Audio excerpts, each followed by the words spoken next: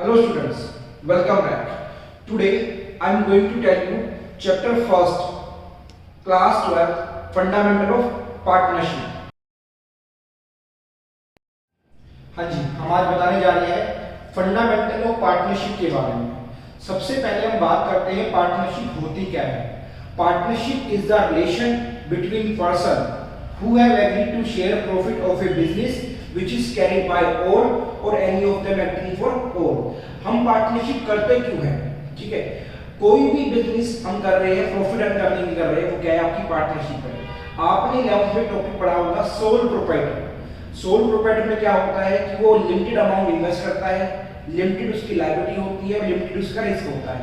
But अगर अपने business को थोड़ा ग्रो करने के लिए हम वहां पर पार्टनरशिप स्टार्ट करा देते हैं। पार्टनरशिप मैंने आपको बताया, पार्टनरशिप एक्ट जो होगा वो 1932 होगा अंडर सेक्शन 4। अब उसके बाद हम बात करते हैं कि पार्टनरशिप किसके ऊपर बेसिस होती है, उनकी क्वालिटीज क्या है, उनके फीचर क्या है, उनकी कैरेक्टरिस्टिक्स क्या है। तो सबसे पहले हम बात कर रहे हैं यहाँ पर 2 और मोर पर्सन। पार्टनरशिप को स्टार्ट करने के लिए कम से कम 2 लोग होने चाहिए, 2 पार्टनर होने चाहिए और मैक्सिमम होने चाहिए 50। बट ये बात कौन से एक्ट में आएगी? पार्टनरशिप एक्ट 1932 में नहीं होगी, ये बात होगी आपकी कंपनी एक्ट 2014 मिसलेनियस में, राइट। उसके बाद हम बात करते हैं कि agreement, partnership create by agreement. जो आपकी पार्टनरशिप स्टार्ट होती है, कोऑपरेशन ऑफ लॉ से स्टार्ट नहीं होती है, वो एक एग्रीमेंट से स्टार्ट होती है। उसके बाद थर्ड जो टॉपिक है वो आपका existence of business and profit motive. आपका बिजनेस होना चाहिए और होना चाहिए किसके लिए? सिर्फ प्रॉफिट के लिए, ठीक है। लॉस हो सकता है वो एक अलग केस हो गया, बट इसके लिए प्रॉफिट के लिए होना चाहिए। उसके बाद सेलिंग और प्रॉफिट। आपने कोई बिजनेस स्टार्ट किया है, कोई पार्टनरशिप की है, तो किसके लिए की होगी? प्रॉफिट के लिए की होगी। तो वो पार्ट क्या होगा? शेयरिंग ऑफ प्रॉफिट का पार्ट होगा। उसके बाद हम बात करते हैं relationship between principal and agent. जो पार्टनर में रिलेशनशिप होती है वो प्रिंसिपल और एजेंट की होती है। एक बात मैं आपको बताऊंगा, इनमें जो ये होगा म्यूचुअल, यहाँ पर म्यूचुअल कंसेंट की बात करेंगे, म्यूचुअल अंडरस्टैंडिंग की बात करेंगे, ठीक है। तो प्रिंसिपल और एजेंट के बात में। उसके बाद नो सेपरेट एग्जिस्टेंस। पार्टनरशिप में पार्टनर का कोई सेपरेट एग्जिस्टेंस नहीं होता। जैसे कंपनी में एक सेपरेट एग्जिस्टेंस होता है मेंबर का, ऐसे पार्टनरशिप में नहीं होता। जो भी हम किसी एग्रीमेंट में एंटर करते हैं वो पार्टनर ज्वाइंटली करते हैं, फिर सेपरेटली करते हैं, बट वो कोई डिफरेंटली एग्जिस्टेंस नहीं होता। उसके बाद बिजनेस कैरिड बाय ऑल और any of them acting for all.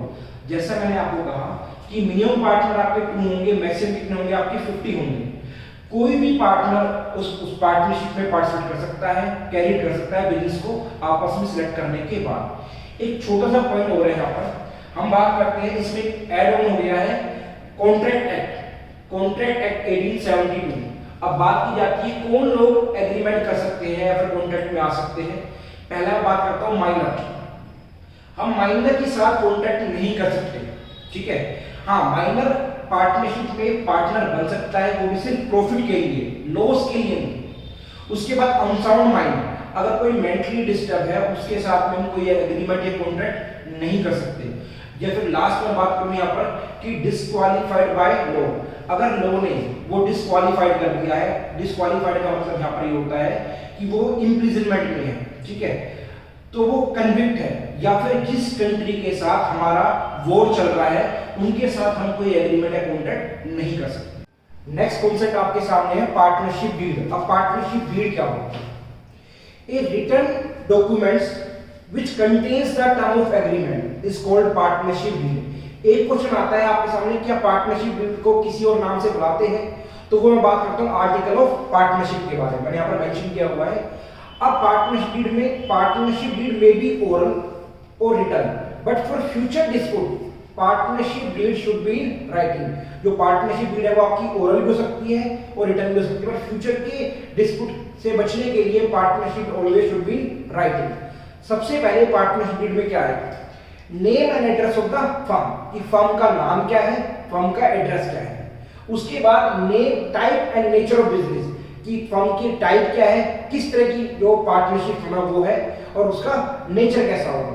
उसके बाद अमाउंट इन्वेस्टेड बाय पार्टनर्स, जो पार्टनर से अमाउंट इन्वेस्ट किया है वो कितना अमाउंट इन्वेस्ट किया है।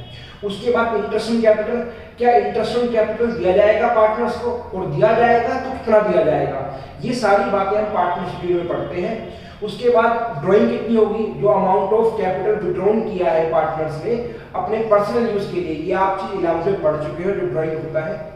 इंटरेस्ट ऑन ड्राइंग, अगर इंटरेस्ट ऑन ड्राइंग के ऊपर आपकी रेट होगी वो कितने % रेट होगी, उसके चार्ज किया जाएगा जो पार्टनर से, वो आपका इंटरेस्ट ऑन ड्राइंग का पार्ट है। उसके बाद पार्टनर्स के बीच में जो प्रॉफिट शेयरिंग रेशियो होगा वो कितना होगा भाई, इक्वल होगा या फिर 3:2:1 होगा, वो क्या प्रॉफिट शेयरिंग रेशियो। उसके बाद हम बात करते हैं सैलरी, किसी पार्टनर को सैलरी दी जाएगी और दी जाएगी तो कितनी दी जाएगी, ये सारी बातें पार्टनरशिप डीड के अंदर होनी चाहिए। उसके बाद गुडविल, गुडविल क्या है, good name, reputation, reputation earn by owners through honesty and hard work. तो यहाँ पर गुडविल के मेथड कौन से होंगे, ठीक है, ये हम नेक्स्ट चैप्टर में पढ़ेंगे, जो कि आपका changing profit sharing ratio among existing partner होगा उसमें। उसके बाद अकाउंटिंग पीरियड, जो फर्म का अकाउंटिंग पीरियड होता है वो कितना होगा। बेसिकली आपको पता है जो फाइनेंशियल ईयर है या फिर आपका अकाउंटिंग ईयर है या फिर फिस्कल ईयर है, बात एक ही होती है, वो 1 अप्रैल से 31 मार्च तक का होता है।